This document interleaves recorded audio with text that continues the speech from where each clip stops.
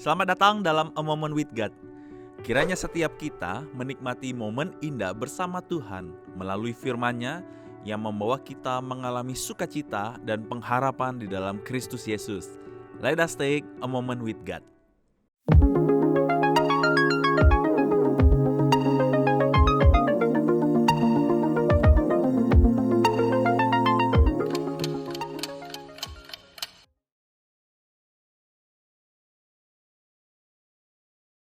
Teman-teman sekalian, berapa banyak dari kita dapat bertahan menghadapi penderitaan? Yang ada mungkin kita senang di atas penderitaan orang lain. Saya pernah bertahan dalam penderitaan yang cukup panjang. Ya, nggak sampai berbulan-bulan sih. Paling sekitar 3 jam ketika saya ada di wilayah Kalimantan Barat, tepatnya di Desa Tamong. Waktu itu 3 jam adalah perjalanan yang kami tempuh. Itu benar-benar sungguh menegangkan, sungguh menderita, dan begitu panjang. Kenapa saya bilang menderita?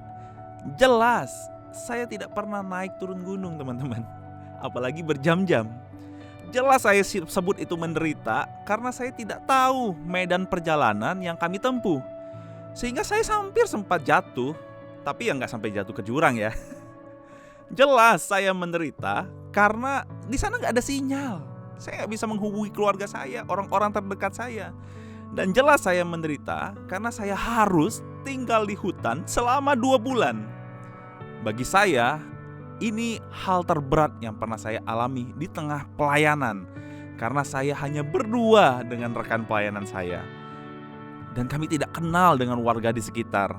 Dan tinggal di hutan itu hanya sedikit penghuninya. Itu sangat-sangat mengerikan dan sangat-sangat membuat kami ketakutan di sana.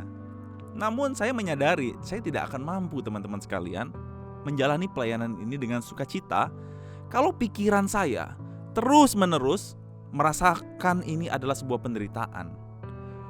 Tuhan mengingatkan saya dengan ayat firman Tuhan dalam kitab Mazmur 55 ayat ke-23. Serahkanlah segala kekhawatiranmu kepada Tuhan, maka Ia akan memelihara engkau. Tidak dibiarkannya orang benar itu goyah. Ini membuat saya dapat bertahan hingga saat ini ketika saya terpanggil menjadi seorang hamba Tuhan yang melayani. Teman-teman sekalian, kita pasti tahu tokoh dalam Perjanjian Lama yang dikenal seorang yang saleh dan jujur, takut akan Allah dan menjauhi kejahatan. Ya, dia adalah Ayub. Tapi siapa sangka orang yang hidupnya selurus ini justru pernah mengalami penderitaan berat dalam hidupnya. Yang pertama, coba lihat dalam Ayub pertama ayat 13 hingga ayat yang ke-19. Ayub kehilangan 500 pasang lembu dan 500 keledai betina karena dirampas orang Sheba. Yang kedua, Ayub kehilangan 7.000 ekor kambing domba beserta para penjaganya. Karena apa? Karena disambar api dari langit. Yang ketiga, Ayub kehilangan 3.000 ekor unta dan para penjaganya karena diserbu orang Kasdim.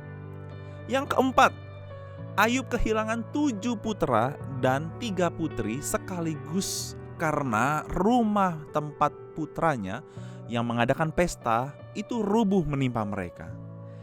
Kira-kira apakah pencobaan dan penderitaan yang dialami Ayub sudah selesai? Belum, teman-teman sekalian.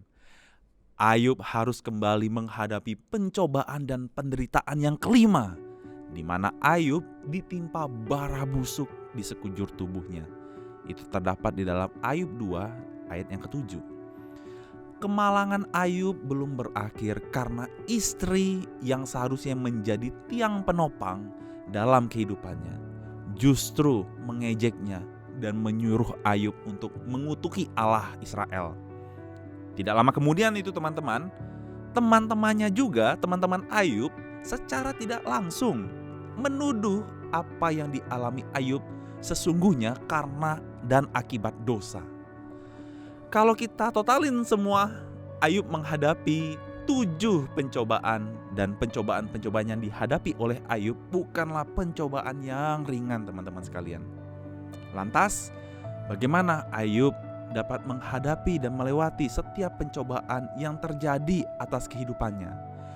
Dua hal pada hari ini yang akan perlu kita pahami. Yang pertama, penderitaan itu tidak selamanya. Penderitaan itu selalu ada akhirnya. Roma 8 ayat 18 berkata, "Sebab aku yakin bahwa penderitaan zaman sekarang ini tidak dapat dibandingkan dengan kemuliaan yang akan dinyatakan kepada kita." Hal ini mirip dengan apa yang Ayub imani dan yakini, bahwa kesusahan ini akan berlalu. Penderitaan ini akan berganti dengan kemenangan. Yang sakit akan mengalami kesembuhan. Yang benar-benar hidupnya bergumul akan dimenangkan di dalam Tuhan. Teman-teman sekalian, yang terakhir pun yang berduka cita akan digantikan dengan yang sukacita melimpah. Teman-teman, hal ini yang Ayub imani sehingga ia dapat bertahan di tengah penderitaannya. Yang kedua, penderitaan itu tidak membuat kita kalah, tidak membuat kita kehilangan iman kepada Allah. Yakobus 1 ayat yang kedua dan ayat yang ketiga. Saudara-saudaraku, anggaplah sebagai suatu kebahagiaan apabila kamu jatuh ke dalam berbagai-bagai pencobaan. Sebab kamu tahu bahwa ujian terhadap imanmu itu menghasilkan ketekunan. Penderitaan akan menjadi suatu kebahagiaan jika kita melibatkan Tuhan dalam penyelesaian persoalan hidup yang kita hadapi dengan tekun dan bersandar kepada Allah Sang Pencipta kita. Teman-teman sekalian, dalam kitab Yakobus pertama ayat ke-12 berkata, "Berbahagialah orang yang bertahan dalam pencobaan, sebab apabila ia sudah tahan uji, ia akan menerima mahkota kehidupan yang dijanjikan Allah kepada barang siapa yang mengasihi Dia." Mari teman-teman bersama-sama dengan iman kita berjuang sampai akhir dalam kehidupan yang saat ini engkau jalani. Mungkin itu hal yang berat, pergumulan yang belum terjawab, dosa-dosa yang terselubung. Tetapi teman-teman sekalian, tetaplah andalkan Tuhan sebagai kubu pertahanan dalam setiap pencobaan yang berat mungkin engkau alami. Karena di sanalah Tuhan menyertai dan menolong setiapmu kalau engkau meletakkan hidupmu bersama dengan Tuhan. Tuhan memberkati kita sekalian.